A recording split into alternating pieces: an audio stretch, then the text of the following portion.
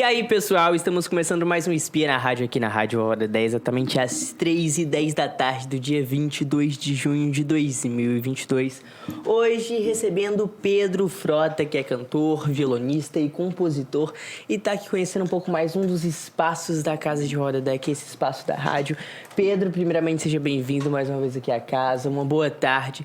Mas para conversar aqui com você hoje, nós temos o João Lucas, Pedro Linhares e eu aqui, Amando Capalbo. Bom, pra gente entender do começo, conta como foi, assim, o start na vida musical. Oi, gente, boa tarde. Muito bom estar aqui na Vovó Dedé. Esse espaço aqui que eu já conhecia de outras visitas e é sempre encantador estar de volta. Nem me lembro quando a música começou na minha vida, mas sei que foi desde antes de eu nascer por causa do meu pai, que é pianista.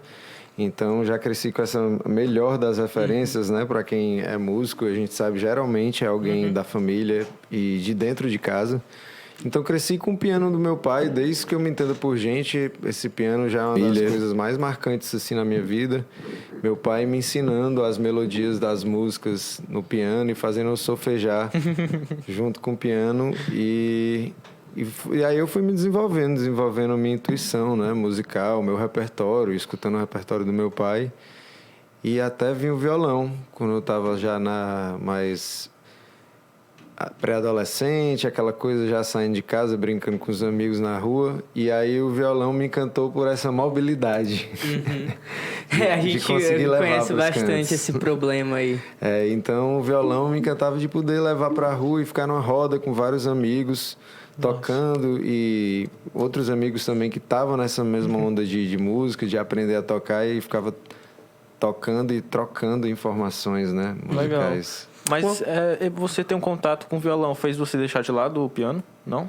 O piano eu nunca aprendi valendo. Sempre foi o primeiro instrumento que eu pus à mão, que eu consegui tirar algum som, que eu dei os primeiros acordes. Mas acho que pelo fato de eu não ter insistido horas a fio em tocar como eu fiz no violão, eu acabei que eu não criei uma destreza de tocar piano mesmo e me acompanhar como eu me acompanho no violão. Mas a gente sabe de uma coisa muito importante do piano, né? Que ele ajuda muito no ouvido, acho que do músico. A gente tá falando de instrumento temperado, que tá ali tudo pronto. Eu acho que o solfejo que você fez ali na infância, ele foi muito importante. Você concorda com isso? Que o ensinamento do seu pai, essa iniciação musical com o piano foi muito importante para o canto? Eu acho que foi fundamental para a minha musicalidade em geral. Acho que isso formou minha musicalidade. Sim. Você desenvolveu meu ouvido, desenvolveu minha intuição, minha percepção e tudo. Na verdade, para mim, aquilo era uma brincadeira, sempre foi uma brincadeira, mas eu não sabia que eu estava tendo uma aula de musicalização, uma aula de música, e aprendendo o básico, né? O que você precisa para desenvolver. Isso foi com que idade, só pra gente ter uma noção? Foi desde sempre, desde sempre. Minha mãe dizia que meu pai fazia ela grávida ficar do lado do piano para ele tocar piano. E eu tenho foto bebê, assim, meu pai me sentava entre o piano e ele ficava tocando para mim. E logo que eu comecei a falar, ele já me fazia solfejar e tudo. E o canto foi desde muito cedo. Logo que eu comecei a cantar, ainda tinha uma voz de criança, bem aguda. Ele já me fazia cantar, inclusive ensaiava músicas comigo. E às vezes em festas de família, essas coisas, ele me pegava de surpresa e colocava para cantar. E eu sempre fui muito tímido. Eu odiava aquilo ali, mas desde muito criancinha eu canto. E eu acho que o violão também eu desenvolvi com instrumento mais no violão do que o piano, porque eu tinha essa coisa mais forte com o canto. E com a canção, eu gostava de cantar e o violão levava para todo canto. A mobilidade, pra me ela acompanhar. conquista, né? Então foi isso que ficou. Uma coisa que também me chama muita atenção é que a gente vê que você teve uma oportunidade muito grande de aprender a música porque você teve um incentivo, né? Você acha que sem esse incentivo você estaria no lugar que está hoje ou estaria num caminho diferente? Eu não acho que eu não consigo dizer isso porque esse incentivo começou do meu pai, né? Foi parte da minha criação. E com certeza, se eu não tivesse a criação que eu tive, não seria a pessoa que eu sou. Sim. Com certeza. A gente traz isso porque eu acho muito importante falar dessa iniciação musical no período da infância, porque eu acho que ele agrega muito para uma vida toda, sabe? Não só no ramo profissional, a gente tá falando de uma coisa que é muito mais ampla, sabe? E quanto mais cedo, melhor, né? Pois é. Como na minha idade se confunde, assim, com o meu próprio nascimento e tudo. Quando eu era novo, meu pai, Meu pai era funcionário público na época e ainda era um emprego que eu acho que era meio expediente, só que ele tinha. Não ganhava muito grana ali, mas também tinha muito tempo para ficar em casa. Sim. Tocando. E aí às vezes tocava à noite também, em alguns restaurantes fazia aquela coisa de piano, solo e tudo. E às vezes eu tenho memória de ir com ele só para ouvir tocar assim, ficar com sono e voltar para casa. Mas realmente, quanto mais cedo, melhor, porque aí você naturaliza aquilo ali, aquilo faz parte do seu dia a dia. Isso a gente vê que você já teve um contato muito íntimo ali, muito cedo, né? Qual foi a importância, assim, além do profissional, mas pro seu pessoal desse contato tão cedo com a música? O fato de eu crescer cantando e me emocionando, desde criança eu lembro que certas músicas, quando eu tocava, eu começava a chorar e não sabia por que era, ainda criança, né? Que você não tem consciência ainda das emoções. E a música sempre guiou a minha vida fora do profissional, mas pessoalmente dessa forma, né? Sim. Sempre me emocionei muito com música, sempre foi uma parte muito presente do meu dia a dia. E o profissional, inclusive, foi uma coisa que eu demorou para vir de uma forma assim que eu me convenci mesmo, vou trabalhar só com música.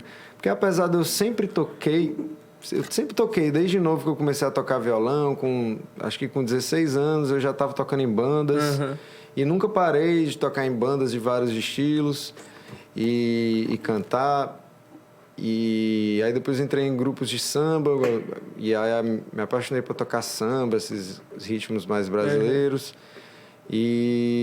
Mas aí nunca me convenci de querer fazer aquilo e às vezes ficava estudando outras coisas, indo atrás de trabalhar com outras coisas, indo e voltando.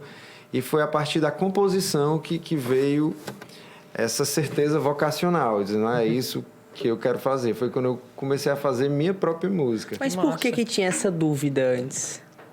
Eu não sei, talvez por eu não estar fazendo a minha própria música e não ter encontrado minha identidade na música, uma coisa que eu quisesse fazer que eu dissesse assim, isso aqui é meu, isso aqui... Era uma coisa que não estava 100%, não é melhor nem pior, né? do que a música de ninguém, porque é única, é minha, é aquela coisa que tem minha identidade. Eu ainda não tinha um trabalho desse que eu acreditasse, eu mesmo. Tu precisava suprir uma coisa que ainda não tinha chegado, que veio com composição. Eu cantava muito música dos outros, as minhas... Eu era muito tímido, tanto para cantar para os outros, quanto para continuar compondo mesmo para mim. Eu não compunha, não gostava muito do que vinha. E aí, ficava cantando músicas dos outros, tocando... Como eu canto até hoje, adoro. Sempre gostei de tocar música dos outros, mas aquilo não era o que me dava certeza mais. Porque eu disse assim, por mais que eu faça um arranjo legal aqui de uma música do Gilberto Gil, do Chico, do Djavan, do Tom Jobim... Mas esses eram os artistas que estavam sempre no seu repertório? Sim, os artistas que eu sempre cresci ouvindo, que sempre admirei, dentre outros, né? Estou dando exemplos aqui de vários famosos, mas que eu gosto de pegar uma música deles e fazer uma versão, assim, no meu jeito de cantar. Eu acho isso muito legal. Não tinha fazer uma coisa que fosse minha, completamente minha. E aí eu não me empolgava tanto de... é isso que eu quero investir. Quando eu comecei a compor minhas primeiras músicas que eu acreditei, que eu disse assim, isso aqui tem minha cara, isso aqui tem minha cara, minha identidade... E foi a partir do incentivo de um grande músico, o Thiago Almeida, que vocês conhecem, né? Que vive aqui na casa do Vó Dedé. Foi ele que me trouxe, a primeira vez, para cá. E me apresentou todo mundo. E o Thiago me apresentou todo mundo aí da música mesmo, de Fortaleza, dos grandes músicos de Fortaleza. A gente se conheceu tocando, e aí ficamos amigos. E eu mostrei algumas músicas minhas para ele. E ele me incentivou a gravar, a fazer alguma coisa. Grava para tu ver como fica, para ter essa experiência e depois tu para pensar e o que é que tu quer fazer aí da tua vida. E ele chamou grandes músicos, o Haroldo Araújo, que é um maestro, grande baixista, Márcio Rezende, um grande saxofonista daqui, e o Vladimir Catunda, um baterista que hoje está morando em Fortaleza, em São Paulo. E a gente fez uma gravação linda, assim, como todo mundo junto, no estúdio, mas todo mundo junto, tocando mesmo, ao vivo, assim, e ficou muito bom. E depois daquilo eu saí com certeza daquele estúdio. Cara, é isso que eu quero fazer. Porque Ali começou eu mesmo, tive a minha né? experiência musical que mais me preencheu na vida, que foi ver esse processo de compor uma música ali no meu quarto, sozinho, no violão, imaginar. E aí depois dividir com o Thiago, que trabalhou nos arranjos. E depois ir pro estúdio, cada músico dar sua contribuição e a música criar outro tamanho. Para mim ela ficou gigante. E eu disse assim, então se eu fizer do jeito certo, Mas dá para fazer música que fica gigante, chamar a galera. E aí Como eu fui é? fazendo mais e mais músicas depois disso. Eu queria muito entender porque a gente viu que começou, né? Aflorou a partir daí um lado de uma composição que até então era uma coisa muito íntima do Pedro. Eu queria entender como foi ver esse lado da vazão para mais pessoas e ver outras pessoas trabalhando em cima de algo que era seu, que como a gente vê os arranjos do Thiago Almeida e outros músicos participando e até mesmo o público conhecendo esse trabalho. Como foi ver essa repercussão? Para mim foi surpresa boa, foi sempre positivo. Eu gosto de surpresas. Eu gosto de música que surpreende também. É bom quando a gente está escutando um arranjo e acontece uma coisa que a gente não estava esperando. Você, opa, legal isso aí e tudo. Então eu sempre gostei disso. Eu acho que isso facilitou eu trabalhar junto com o Thiago, que o Thiago, ele gosta de colocar umas surpresinhas ali no meio e tudo. E aí eu sempre me senti à vontade com isso. E fui crescendo demais, assim, com a convivência com esses músicos tão criativos e experientes. E tanto que eu paro para pensar e vejo o Pedro antes disso, antes de eu compor. E hoje, eu sou outro artista, outra pessoa também, mas outro artista, assim. Eu me vejo cantando, eu me vejo tocando.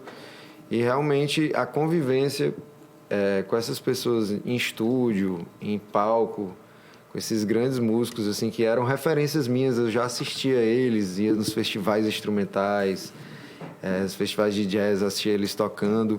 E aí, de repente, eu estava tocando minhas canções com eles junto, comigo me acompanhando, ensaiando no estúdio, vendo toda aquela dinâmica. Isso foi uma escola, foi a minha faculdade de música, eu brinco. É que você falou da composição, eu queria saber o que te inspira a compor. Porque eu já vi gente, tipo assim, eu compus uma música no banho. Aí eu ouvi a melodia, gravei e ficou legal. Ou então uma pessoa sonhou com algo. Como é que você inspira a fazer uma composição? Eu tive várias fases, né? Essa primeira que foi essa fase de descoberta, assim, de compor realmente coisas que eu gostava. Porque na verdade, a primeira fase é aquela que a gente não conta pra ninguém, né? Que é aquela fase que a gente vai compondo e nada você gosta, você não mostra pra ninguém e tudo. Mas as que eu comecei a mostrar e a finalmente gravar, apresentar em show, foi uma época que eu tava muito descobrindo, assim, o que eu queria, assim, da vida. Essa primeira música que eu gravei foi uma brincadeira, foi um acidente, assim, ela chama Influência do Samba, então eu fiz... fazendo uma brincadeira com aquela influência do jazz, do Carlinhos Lira, que é uma música que eu gostava muito.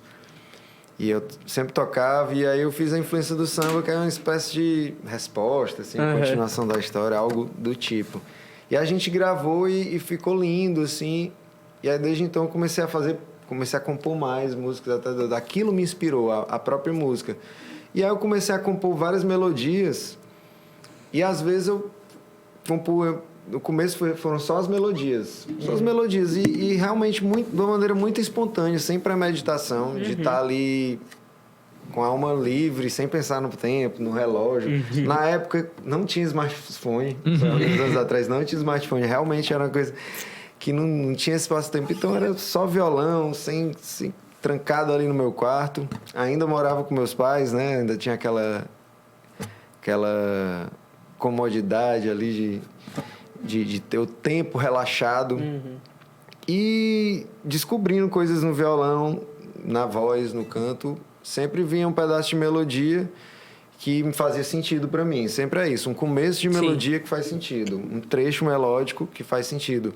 E dali você para desenvolver e vai. Melodia para mim como eu canto desde antes de falar, assim, é uma coisa bem intuitiva. Eu acho que para a maioria das pessoas, né, é a parte que a gente mais consegue prestar atenção na música. Então, uma pessoa que não tem tanto contato para a música, talvez se você então, a música ela vai lembrar da melodia, de um trecho melódico, mais do que da letra, de outra coisa, eu acho. A melodia fica muito, né?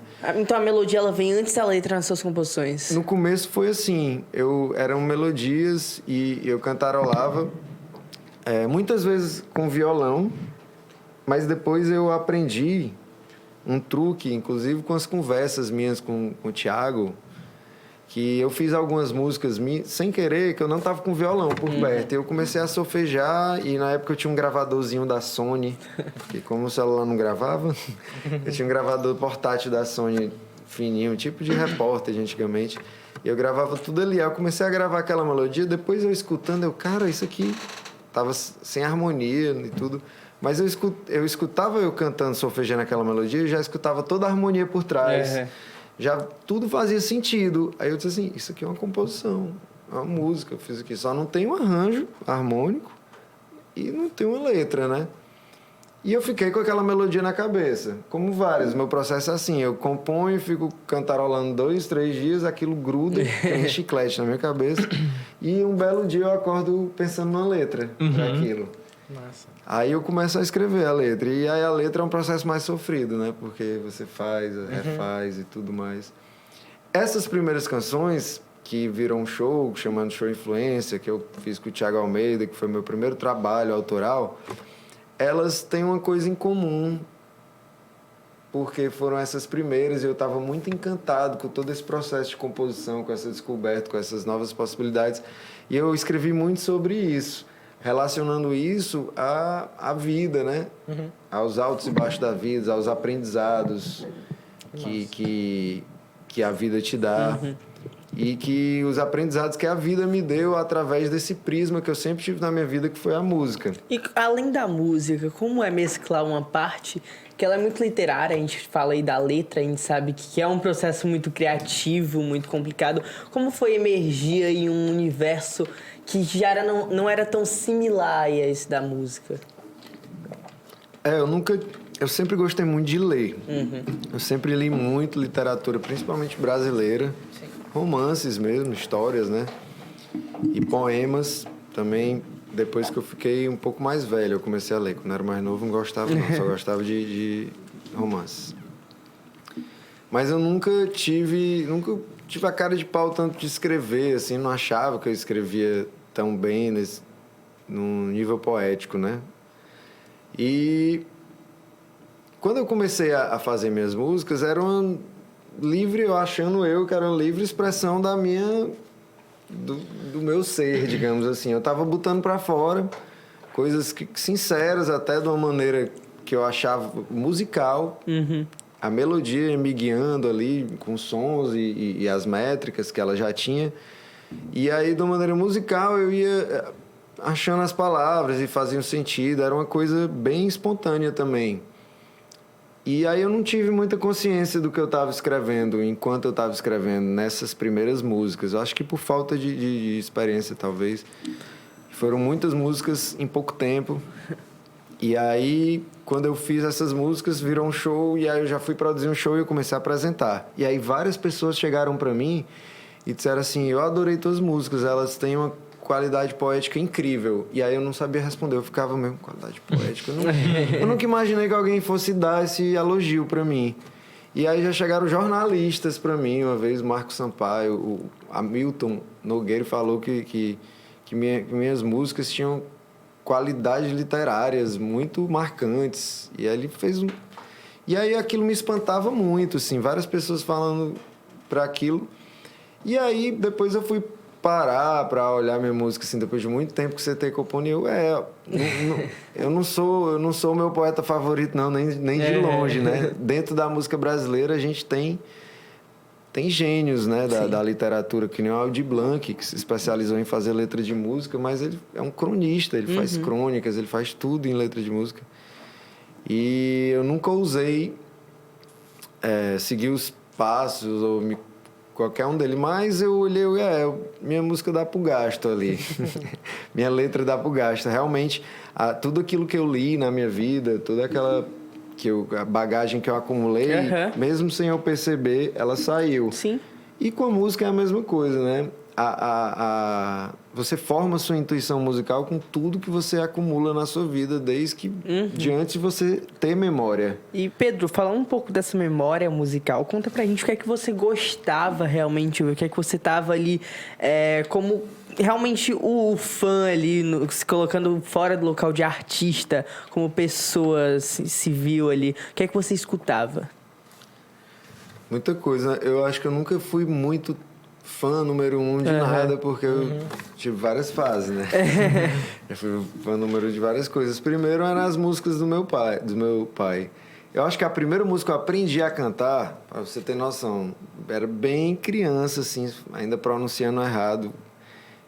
E era uma música nada infantil, que era aquela de noite eu rondo a cidade a te procurar sem encontrar. É uma música boêmia de Seresta, antiga, que meu pai adorava e me ensinou a cantar. E fui cantando essas músicas serestas, que o pessoal chama de seresta, mas músicas de Evaldo Gouveia, Jair Amorim, que são compositores cearenses, dos mais gravados nos anos 60, né? Lupicínio Rodrigues, esse repertório dos anos 60 que ficou conhecido como Seresta era muito marcante na minha infância. E quando eu comecei a tocar violão, porque essas músicas facilmente, em pouco tempo eu comecei a conseguir tocar. E eu já sabia cantar, então eu uni os dois, né? E o que meu pai tocava muito também no piano, que era o repertório de bossa nova, chorinho e forró. Forró. Pé de Serra, Luiz Gonzaga, essas coisas. Que pra mim eu achava muito próximo do chorinho, né? Que era aquela música balançada, com muita melodia, melodias rápidas, né? E bem marcantes as linhas métricas ali. Pra mim, eu adorava meu pai tocando ali, porque eu achava que o pai toca aquelas músicas ligeirinhas, né? Que eram os forrós e os chorinhos que ele tocava rápido.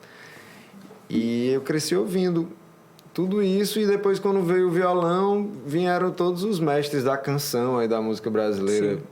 Chico Buarque, Gil, Djavan, Caetano. Aí com o violão foi abrindo o leque. Tive uma fase que eu comprei uma guitarra elétrica e aí quis tocar rock. E comecei a tocar rock com o pessoal, só que nunca tive muito jeito ali pra guitarra elétrica, porque sempre fui muito da música brasileira. Acabava que eu soltava a palheta e ficava dedilhando a guitarra.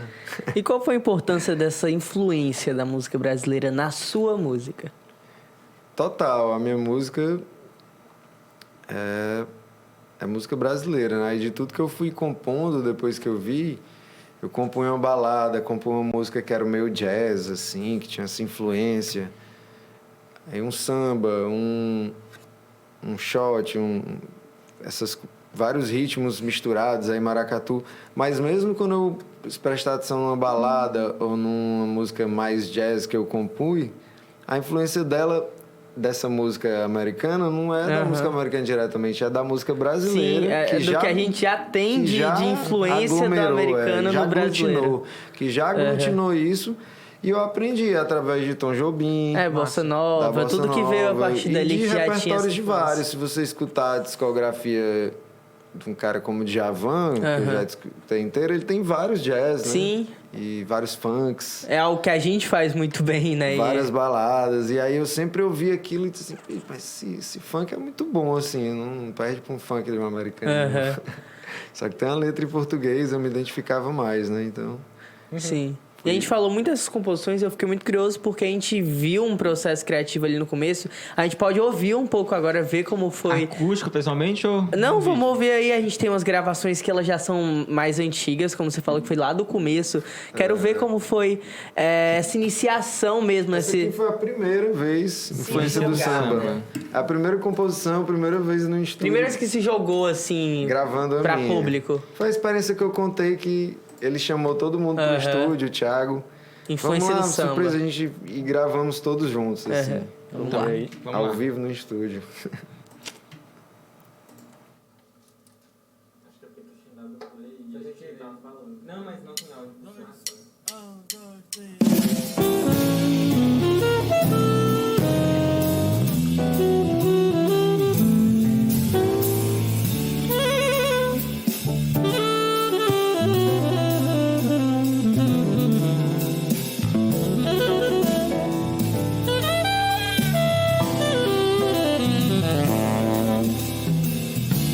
jazz influenciou a maneira de sambar, cheio de bossa criou.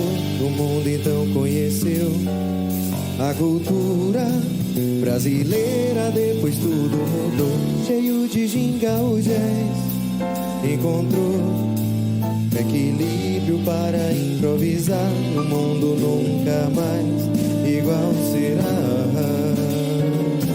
Depois de samba, o compasso vai criar rebolado, a cadência cheia de harmonia, e o jazz se encherá de alegria. E o compasso vai criar rebolado, a cadência cheia de harmonia, e o jazz se encherá de alegria.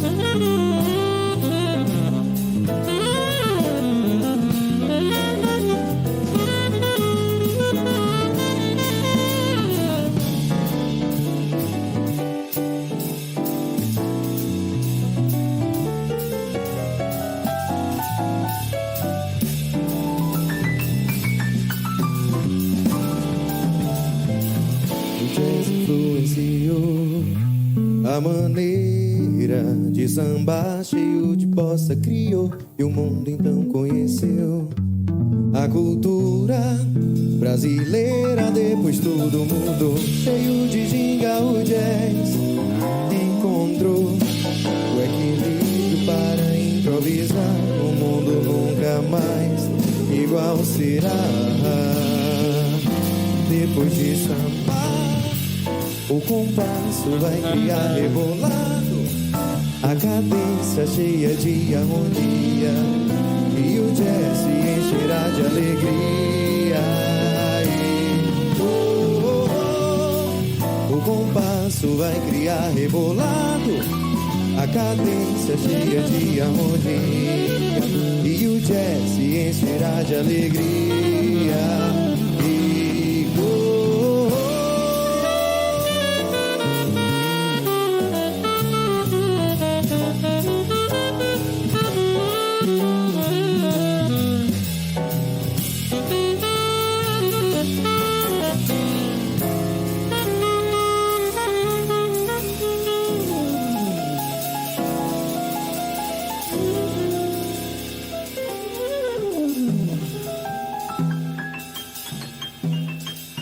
Pedro, a gente acabou de ver um pouco de uma das suas primeiras vezes, né, que você se jogou ali de fato na composição, enfim, deixou fluir esse seu lado aí, mas isso foi em 2014. E eu quero entender o que foi que mudou de 2014 para 2022. O Pedro que compõe hoje, que lança suas músicas, é diferente do de 2014?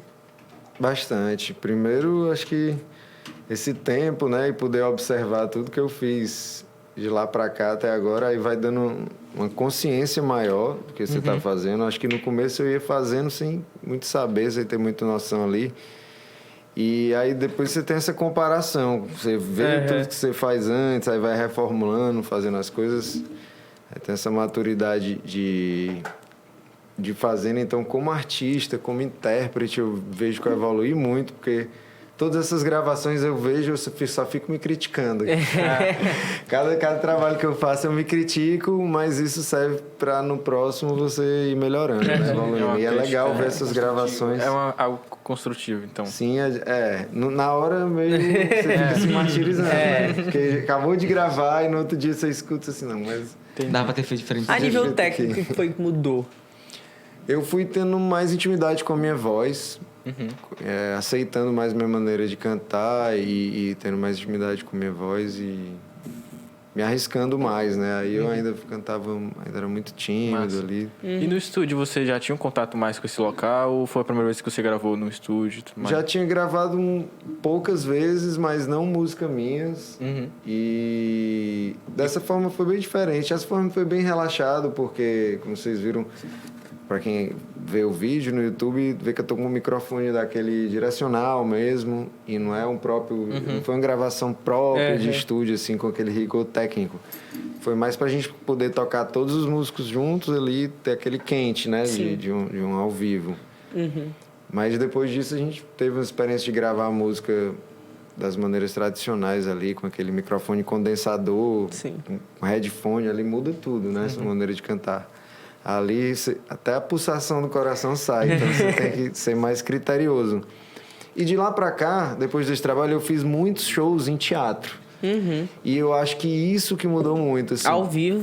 Porque antes eu fazia um shows em eventos grandes, abertos, que eu fazia, era uma coisa. Agora, show em teatro, em palco italiano, que tem aquele isolamento total do som, fica total silêncio e todo mundo em silêncio olhando pra você, cada detalhe conta. Cada detalhe conta. Cada realmente. detalhe conta. Então, nenhuma nota é jogada fora. Então, você tem que ter muito mais rigor com a sua afinação, com tudo que você faz, com a respiração. E aí, eu fui vendo minhas falhas, coisas que eu gostaria de melhorar. E eu venho trabalhando isso de lá pra cá e venho até hoje. Hoje, se eu fizer um show hoje e gravar amanhã, com certeza eu vou estar assistindo o vídeo e dizendo a mesma coisa. Uma coisa que eu vejo, eu acabei de pensar nisso, mas a gente tá vendo aí um pouco desse contato do ao vivo que você teve. E muitas vezes o público fica muito numa situação de julgamento, assim. Você falou de ficar mais rigoroso com a afinação, com, enfim, todos os recursos. Como que você lidou com esse público, com o julgamento que eu acho que muitas vezes é o fator ali do público, ele tá como ouvinte, então, enfim, ele que tá ali para julgar. Mas como você lidou com tudo isso, sabe? Com o público tendo que gostar da sua arte, você não abdicar da sua arte, mesmo que talvez não seja o que o público queira. Como você lidou com a sua identidade para não perder, enfim?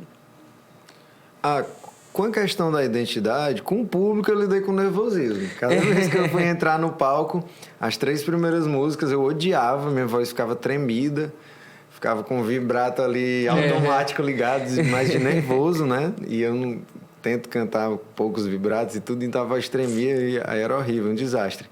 Mas com a questão da identidade, não, porque quando eu decidi compor e fazer minha música e não compor, mas mostrar minhas músicas, fazer um show só com minhas músicas, eu estava acreditando muito já na minha música. Eu estava fazendo para mim, primeiro de tudo, não era para seguir nenhuma tendência e de tudo eu estava fazendo porque eu acreditava que aquilo ali era minha música, fazia parte da minha identidade, da minha expressão artística. E eu estava apresentando de alma lavada porque eu sabia que podia ser pouca gente, mas vai ter alguém que vai gostar. Claro. Sempre tem. Sempre tem alguém que vai gostar. Sim. E ainda mais no mundo de hoje aí, que pouco tempo depois que eu fiz meus primeiros shows, foi quando explodiu as coisas do Instagram. Existia, mas ninguém usava. Aí depois explodiu, todo mundo foi usando.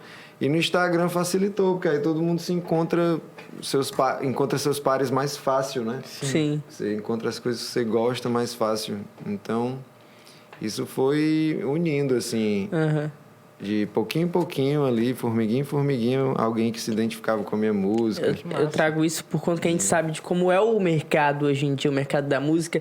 Ele é muitas vezes muito comercial mesmo. Você não faz uma música necessariamente comercial, você traz a sua identidade, você não vai abrir mão disso como artista. Desde que você começou a trazer isso, a sua identidade para um palco, para uma música, uma gravação, uma composição, você sentiu que pesou mais esse lado do mercado, esse lado mercadológico musical? Quando eu comecei a apresentar minhas músicas, na verdade abriu novos horizontes para mim, falando em mercado, do mercado que chama de mercado cultural, de circuito cultural, de rodar em centros culturais, em teatros, e eu conhecer outras pessoas que eu não conhecia antes, e inclusive de circular para fora de Fortaleza, né, outras cidades. E vários artistas, inclusive, começar a me relacionar com vários artistas, inclusive de outra linguagem. E isso foi alimentando muito minha criatividade e também foi me dando um orgulho muito grande quando artistas já consagrados, assim, e artistas de outra geração, que eu já acompanhava o trabalho aqui do Ceará, mas que eu não conhecia pessoalmente, assistia um show meu ou escutava música minha, às vezes me encontrava num canto e vinha falar comigo. Massa. Ah, tu que é o Pedro Frota? Cara, eu vi um show teu, então assisti um vídeo teu no YouTube e tudo, e eu adorei, tu tem um trabalho muito bom, muita qualidade, parabéns, continue assim, e ficava... E aí eu dava aquele gás pra você.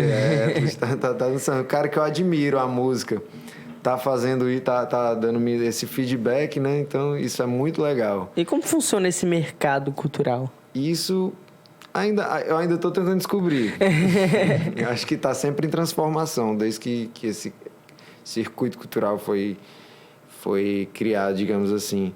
Mas eu acho que funciona no fim das contas como mercado comercial, cultural, musical, é tudo a mesma coisa. Sim. No fim das contas você tem que ter público, né? Uhum. Mas tá Não dando... importa o que você faça, você tem que mostrar as suas músicas o máximo possível. E hoje em dia, cada vez mais está surgindo mais ferramentas e tudo, e você tem que achar seus meios. Eu não sou o maior especialista nisso. Sim. Até porque eu não gosto de passar o dia todo com a cara enfiada em celular e tudo. Já fico muito hoje em dia, né? Porque o mundo exige da gente. Mas eu tento sempre tá mostrando minha música e as coisas que eu sei fazer no Instagram, no YouTube, tento diversificar isso e tô sempre melhorando, tô sempre estudando. Quando eu comecei, eu não sabia nada disso, assim. E aí, para trabalhar com música, eu tive que aprender várias outras coisas. Sim. Eu tive que aprender um pouquinho de produção. Por exemplo, escrever editais. Os primeiros editais que eu escrevi, que eu passei, todos foram eu que fui o produtor. E fui lá quebrando a cara, errando, vários anos e aprendendo. Hoje em dia, eu escrevo alguns editais, outros editais mais complicados. Eu já tenho parceiros, produtores que podem escrever para mim. Mas o que eu aprendi não elimina, porque eu já dou um trabalho para ele que é meio caminho andado, então ele evita que ele cometa erros no meu edital, porque eu já passo um trabalho pré-produção bem feita para ele. Eu tive que aprender a editar vídeo, tive que aprender a fazer essas coisas. Na época da pandemia agora, que foi a maior loucura para a classe artística, eu e minha companheira, que também é artista, é atriz, é bailarina, a gente transformou nossa casa num teatro virtual. A sala ficou vazia e cada vez a gente mudava a luz, mudava o cenário e fazia um trabalho diferente. A gente fez vários trabalhos de música meus e de artes cênicas dela. Durante 2 anos na pandemia a gente ficou produzindo vídeos, filmes e gravando tudo em casa, de celulares, fazendo edição. Aprendi a mexer em programas profissionais, edição, tudo através de tutoriais no YouTube. Não pretendo virar um editor profissional, porque aí eu tenho que estudar muito mais horas, e não é meu foco. Mas eu já me viro ali, já é o bastante para mim, é o bastante suficiente para passar uma pandemia. Sim. E conseguir sobreviver de música trabalhando em casa, que para mim foi o maior desafio. Antes da pandemia eu me preocupava muito assim com as coisas de mercado, ganhar dinheiro com música, tudo, não dá. E aí depois da pandemia eu vi que é igual a qualquer profissão, que existe várias dificuldades. Na música existem dificuldades que outras profissões não têm, mas em outra profissão é a mesma coisa. Sim. E o básico ali dessa questão de subsistência, que é uma coisa que se preocupa muito aos músicos, Muito. que eu vi é estar em movimento, sabe? Tá em movimento. Movimento gera movimento. Você não pode ficar esperando as oportunidades caírem. Você tem que estar sempre fazendo alguma coisa. Estudando, se aperfeiçoando, sempre. Isso é básico, porque você tem que estar sempre tentando se aperfeiçoar em alguma coisa e se aprofundar nos seus conhecimentos. E na questão prática mesmo da vida sempre está em movimento, buscando oportunidades. Porque às vezes isso acontece muito. Você mira num canto e vou para lá, e erra. Só que você acerta em outro canto que você nem estava vendo sem querer. E isso acontece demais. Mas se não conseguiu aquilo que tu queria, mas conseguiu outra coisa. E se tu não fosse atrás daquilo em primeiro plano, não teria acontecido nada. E de que forma você fez isso? Você agiu como para chegar onde está hoje? A pandemia foi um exemplo disso. Como eu agi? Primeira vez, o Thiago Almeida me convidou para compor, fui pro estúdio, vi como é que era essa produção de fazer uma composição minha. que até então só existia o arranjo dela, voz e violão, e transformar ela no estúdio junto com outros músicos. E aí eu fiz esse processo algumas vezes, 3 vezes, e fui aprendendo nesse processo, um processo de produção musical. E aí depois disso, beleza, eu tô com 3 músicas legais, gravei uns vídeos aí no estúdio com elas. Agora eu quero fazer show, né? Juntar todas as minhas músicas. Como eu consigo um show? E comecei a me informar, conversando com os amigos, entrando na internet, nos sites dos cantos e lendo muito, estudando e vendo quais os cantos que tem show em Fortaleza, Exatamente programação de show. Ia lá, entrava no site, via os nomes dos curadores, mandava e-mail direto, o e-mail não era respondido, eu tentava pegar o contato de um produtor, mandava e-mail, ele não era respondido. Às vezes, um amigo calhava de me apresentar a pessoa, e a vida foi andando. Eu fui levando muito mais nãos do que sims, mas às vezes dava certo uma vez, e aí quando dá certo abre uma portinha, que aí se você insistir naquela portinha, você abre mais outra, e mais outra, e mais outra. Sim. E aí Sinfona, eu fiz alguns shows, todos em Fortaleza, de alguns editais que eu passei, outros shows que eu produzi, consegui pauta no canto, consegui um patrocínio, consegui tudo, vendi ingresso, divulguei. E aí fiz uma série de shows assim em um ano, que serviu para eu chamar a atenção da classe artística de Fortaleza. Depois disso, propostas começaram a surgir, pessoas me chamar para entrar no projeto deles. Por exemplo, o Jornal O Povo me convidou para me juntar a um time de intérpretes da nova geração para gravar um especial do Evaldo Gouveia e do Jair Amorim. Cada um fazer um arranjo e gravar uma produção bem bacana desses compositores. Aí, quando eu vi, eu estava junto com o Marcos Lessa, com a Naira Costa, com um monte de gente aí da nova geração, legal, participando de um projeto, que aí teve show no Vida e Arte também, de lançamento. Fomos todos nós fazer esse show juntos. Depois o Davi Duarte e o Isaac Cândido, são compositores que já fizeram muita coisa aí, principalmente nos anos 2000, a partir dos anos 2000. Davi Duarte, eu acho que foi um dos cantores, dos compositores que mais tocou nas rádios cearenses em todos os tempos, deve ter sido. Depois do Fagner, deve ter sido. Ele tem música que até hoje toca todo dia na rádio. E aí, de repente, eles estavam parados, sem fazer shows, e estavam com essa vontade de fazer show, e viram um show meu, Isaac viu e ficou empolgado. Primeiro, eu já fiquei muito feliz com essa notícia dele se empolgar, voltar a fazer show, porque estava me vendo fazer show, né? E aí, melhor ainda, eles me convidaram para fazer um show. E a gente fez um show chamado Somos Todos Nós Assim. Nós 3, com as composições dos 3, os 3 cantando e tocando as nossas composições, com os poemas do Marcos Dias, que é um grande letrista aqui também de Fortaleza. E esse show a gente apresentou, estreou no Cine Teatro São Luís, e depois fomos Quixadá, Senador Pompeu, Juazeiro, Nova Olinda, fomos para Paraíba, a gente circulou, fomos para Pacatuba, fez uma circulação bem legal com esses shows. Então as coisas foram acontecendo. Até hoje eu estou descobrindo isso, de como fazer. Aí depois surge, no meio desse caminho, surge o Spotify, que não existia quando eu comecei. Já mudou de cabeça para baixo. Eu já não entendo como funciona. Hoje tem maneiras de se fazer lançamentos no Spotify, que eu estou tentando aprender, por exemplo. Mas ainda não tem música disponível na plataforma? Eu lancei um single, uma música só, e no Spotify, no Deezer, essas principais e tudo. Também tem um videoclipe que eu mesmo gravei, editei, foi justamente nessas brincadeiras de edição. O que ficou legal desse videoclipe é porque tem a participação de vários artistas da cultura popular do Ceará.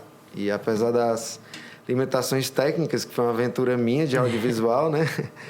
Tem essa beleza da arte desse pessoal todo. Mas aí tem essa música, o disco está programado para ser gravado esse ano, meu primeiro disco completo, que é uma coisa que, confesso, protelei bastante por preciosismo. Eu tinha a ideia de gravar um disco assim, meu ideal, meu absurdo, com aquela coisa, a banda tocando junta, mas com uma qualidade muito grande também. Isso exigia um estúdio com porte muito grande. E um orçamento muito grande, porque tem que ser uma bateria de ensaios, assim, de um mês, para depois entrar no estúdio da banda afiada e tocar. Queria fazer uma coisa aos moldes do que os jazzistas faziam antigamente, né? Só que ficava ensaiando tanto. E aí o tempo foi passando, eu tentando articular isso e não consegui. E aí depois de tanto tempo e não ter o primeiro disco completo gravado, eu decidi que o melhor é o feito do que o perfeito, né? Então eu vou gravar meu primeiro disco esse ano, junto com o Thiago Almeida, com todo o rigor musical e todos os arranjos maravilhosos. Mas a gente conseguiu dar uma economizada no estúdio e vamos conseguir gravar esse ano e aí vamos tocando, né? Eu queria saber se a gente pode escutar agora acústico pessoalmente, porque a gente ficou falando sobre composição, você cantar, agora eu quero ver se a gente pode escutar um pouco. Vou aproveitar e cantar uma das últimas gerações de composição, penúltima já, que foi quando eu descobri uma forma de cantar, de compor música nordestina. Eu vou dizer que é nordestina, mas já está bem misturada, mas inspirada na música nordestina, que eu sempre gostei muito e até então nunca tinha feito nada aí nessa viés.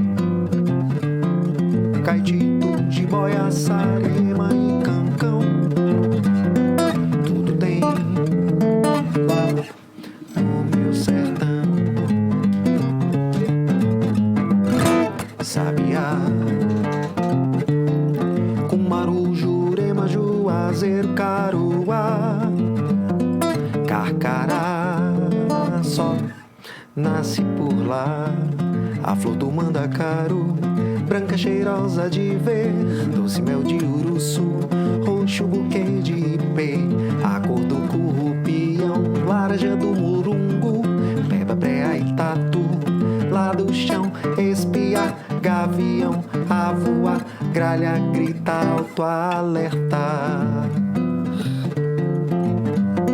Cada qual no seu lugar, a voz da caatinga canta. Jaoacauã, Juriti, Jacu, Sanhaçu, Xaxéu, asa branca, rolinha, feijão e urubu. O sertão vai voltar a virar mar.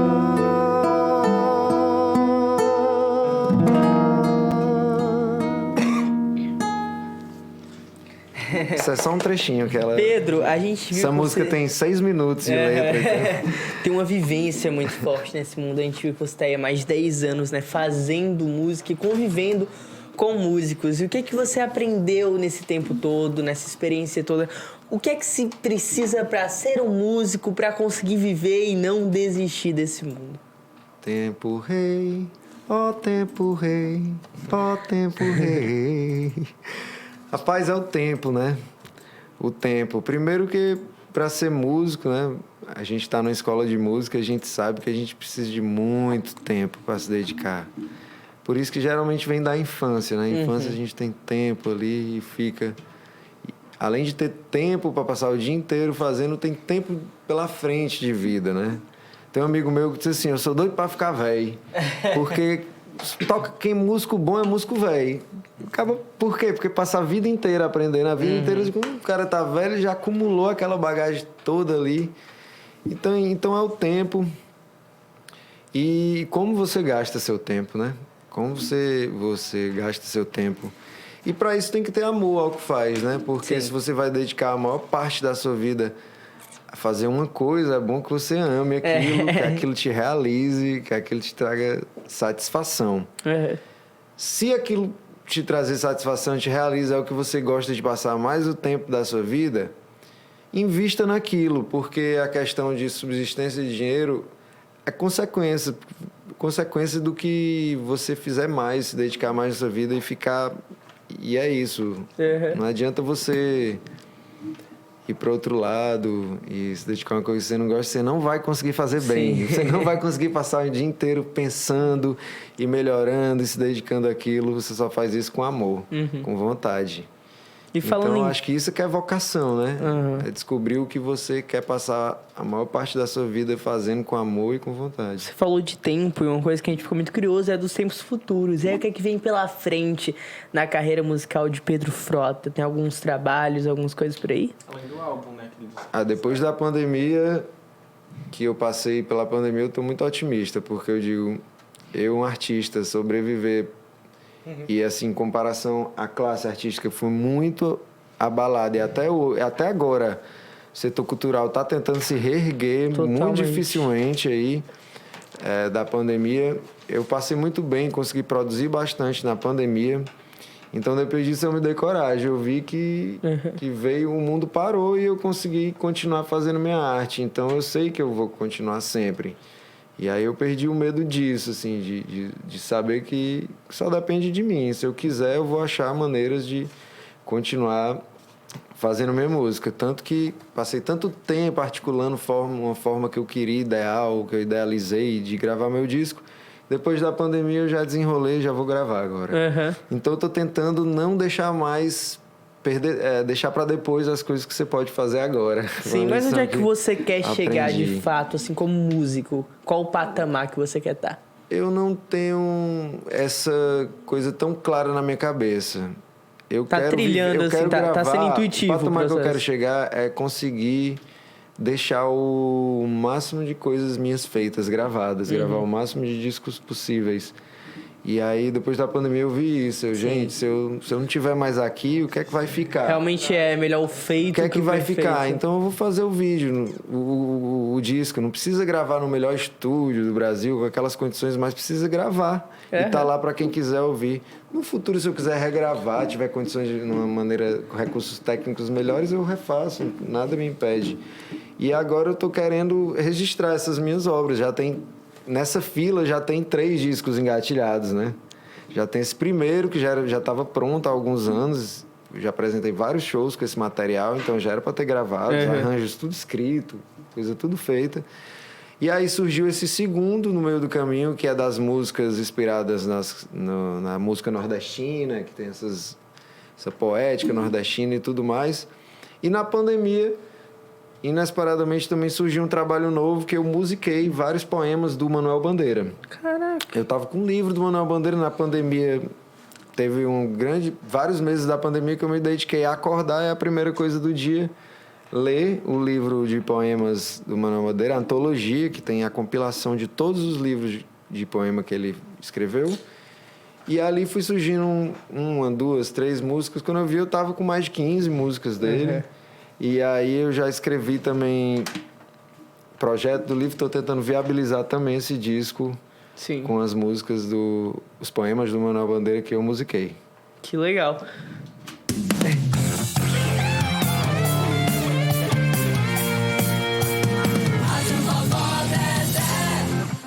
Estamos aqui conversando com Pedro Frota, mas a gente veio aqui convidar todos que estão assistindo para ir lá no canal do YouTube da TVDD, conhecer um pouco os trabalhos envolvidos aqui. A gente falou muito de audiovisual, de clipe, as coisas que você trouxe aí como muito importante nesse mundo da música. E a Casa de Vovó Dedé faz um trabalho muito legal. Ela mescla essa música com esse audiovisual e de uma forma profissional, e tudo feito por pessoas que foram profissionalizadas, estudaram aqui na Casa de Vovó Dedé e hoje atuam como profissionais. Isso é muito bacana. A gente tem trabalhos que o Pedro vai citar agora. Sim, que todo dia. Pois é, veio diariamente agora. Tem um programa por dia. Vamos lá, Pedro. Vamos lá. Passando um breve resumo da programação. Segunda-feira tem um Bem Fazer às 8 da noite. Terça-feira tem um Bem Fazer musical. Hoje, quarta-feira, já sai o Cidade.som, 8 da noite também. Então já reserva um horáriozinho, porque não custa nada. Clicar no gostei, compartilhar, se inscrever e ajuda muito a casa. Amanhã, quinta-feira, sai o Acorda. Sexta, o Brasil Encanto, que inclusive a Mandu, que está aqui, apresenta. Sábado, Sons da Casa e domingo, o Espia, 4 da tarde. E você, Pedro, que tá chegando aqui ainda não participou, né, de nenhuma das produções, a gente convida aqui. A gente ficaria muito feliz de ver as agendas batendo e dando tudo certo dessa vez. A gente sabe que convites não faltam. Pretendo, na verdade não falta. Eu já fui convidado bastante Sim. para várias, só que aí sempre teve alguma coisa, um empecilho. Dessa vez vai dar Mas certo. tem planos. Vou gravar meu disco aí, quem sabe a gente combina um Vamos. lançamento. Traz o Thiago, que já é da casa, né? O Thiago Almeida. E a gente ouviu um pouco antes de falar aqui dos programas da casa, uma nova faceta que foi você trazendo um pouco da música nordestina. E eu fico muito interessado em saber como foi que isso começou e qual a importância de você assumir essa sua identidade também, de certa forma. Como eu tinha dito aqui, eu sempre escutei muito a música nordestina, o forró, através do meu pai. Uhum. Sempre gostou de tocar no piano. Meu pai, eu digo, é um sanfoneiro frustrado, né? Porque ele gosta mesmo, ele Sim, aprendeu sim. a tocar piano e depois ele ganhou uma sanfona, uma coisa assim, mas ele nunca desenvolveu a parte do fole, baixos, dos né? baixos, essa técnica. Ele sempre foi apaixonado por sanfona. Todo canto que ele viaja, toda cidade que ele chega no interior, ele pergunta: quem é o melhor sanfoneiro daqui? E ele dá um jeito, quando ele vê, ele se enturma com o cara e começa a tocar e ouvir as histórias e tudo. Ele é apaixonado, né, por sanfona. Então, sempre eu gostei desse repertório antigo aí do Luiz Gonzaga, do Dominguinhos e nunca... Assim como o samba também, que eu toquei muito, foi quase que minha primeira escola de música. Eu toquei bem novo em grupos de samba. Quando eu tentava compor assim, uma música de samba e assim também uma música nordestina, não gostava, não saía aquela cara do raiz, aquilo e tudo.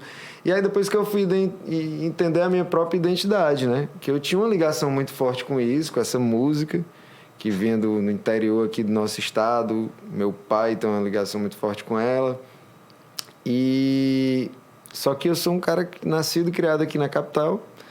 E que tem essa vivência urbana, mais contemporânea e tudo. E a minha forma de fazer a música nordestina já ia sair misturada, né? E aí, quando eu aceitei isso, começaram a sair as Você aceitou o seu composições. Nordeste, então. Foi. Aí começaram a sair as primeiras composições. A primeira que foi meu single, Tão Falando Por Lá, que tá no Spotify, nessas plataformas.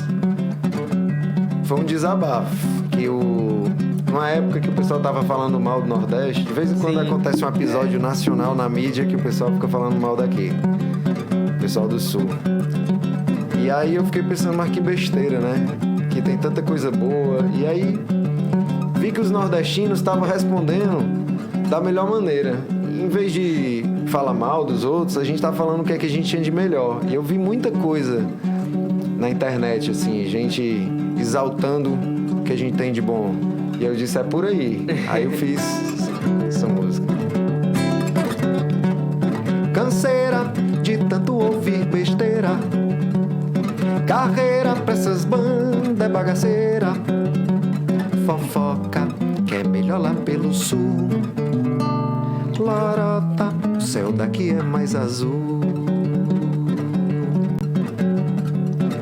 Por sorte tem cuscuz e macaxeira, é forte essa tal mulher rendeira, sustância minha terra me provém, de herança eu levo tudo que ela tem. E quando perguntam de onde mesmo que eu venho, eu digo a verdade que nunca saí de lá. Meu canto me leva pra longe, viajo longe a cantar. Eu canto onde posso e volto pro melhor lugar. Daqui, tão falando por lá. Assim, como é que eu vou me mandar? Se aqui é o melhor canto que há. Daqui, tão falando por lá. Assim, como é que eu vou me mandar? Se aqui é o melhor canto que há. Aqui é o melhor canto que há. Aqui é o melhor canto que há.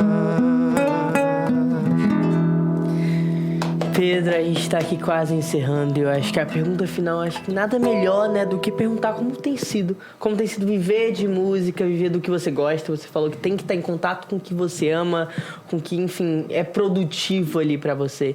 Nesses, enfim, vários anos de carreira que você vem consolidando aí, o que é que te mudou? O que é que te fez ser a pessoa que você é hoje? Qual a importância da música nisso tudo? A música sempre foi meu passatempo favorito, sempre foi uma das coisas, a coisa que mais me emociona na vida. Sempre teve um valor espiritual na minha vida, de quando eu estava perdido, estava assim naqueles momentos para baixo, a música conseguia me reerguer. Quando eu fico muito tempo distante da música e pela correria da vida e tudo, sem querer eu me distancio muito da música, eu fico mal e não percebo, e aí eu presto atenção, é porque eu tô tocando pouco, cantando pouco, ou tô compondo pouco. Sim. E aí eu retomo e aquilo me enche de motivação de novo, e aí eu volto a funcionar 100%. Então a música tem toda essa importância na minha vida. E para completar, hoje ela é profissão também, né?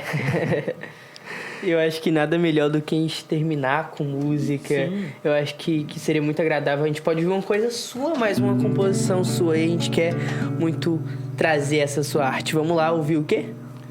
Essa é Teu Mundo. Fala sobre isso, sobre as vezes que eu me distanciei da música e ela te trouxe de volta, ela te puxou. Ela me trouxe de volta. Vamos lá.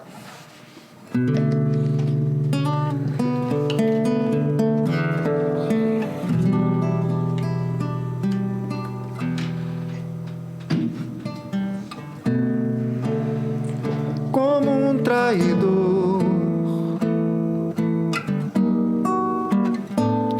quero voltar pro teu mundo depois de ter te deixado de lado, sabendo o bem que me faz. Quando estou no chão, preciso de ti pra me erguer de andar. Os teus sons geram a vibração, pra mim é compor e compor uma melodia que é parte de ti e pra ti darei como redenção. E pra não me afastar e morrer, eu vou te usar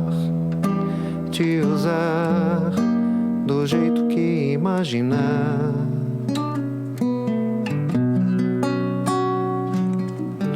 Cantarei tuas nuances, usando escalas, com todas as notas que estiver ao meu alcance. Alcançar o dom, passando no tempo, tão apaixonados, feito silêncio e o som, e fazer vibrar o ar. A tua semelhança é algo invisível, mas eu sei que está lá. Fonte de paz e calor, és pra mim, Deus. Se é assim, quero viver no teu interior. Pedro Frota, vamos encerrando aqui, mas eu queria muito que você deixasse as suas redes sociais, os locais onde o pessoal pode encontrar um pouco as suas artes, a sua música, enfim. Só procurar lá o @Pedro Frota Música. YouTube, Instagram, redes sociais, @Pedro Frota Música. Tá começando aí no Spotify, a gente Deezer, conversa. né? Tá aí começando sim, mais. bota lá Pedro Frota no Spotify, que você também vai achar, além de... Na verdade, tem o meu single, estão falando por lá, e também tem 2 músicas que eu fiz uma gravação, participação no disco do Marcos Dias, que é um compositor que gravou um disco com vários intérpretes daqui do Ceará, uma turma A gente bem viu legal mesmo. esse disco. Foi um disco que é uma reunião assim, de artistas, um monte de gente boa participando, ganhou um prêmio aí do melhor disco do ano de 2020, eu acho, no Ceará. Então, bem legal. Coloca lá meu nome, Pedro Frota, também no Spotify, que vocês vão achar essas composições em breve mais. Então é isso, Pedro, muito obrigado. A gente vai encerrando aqui mais um Espia na Rádio, Eu aqui que na agradeço, Rádio Vovó gente. Dedé. Exatamente às 4h14 da tarde do dia 22 de junho de 2022. É isso, um beijão e até a próxima. Valeu.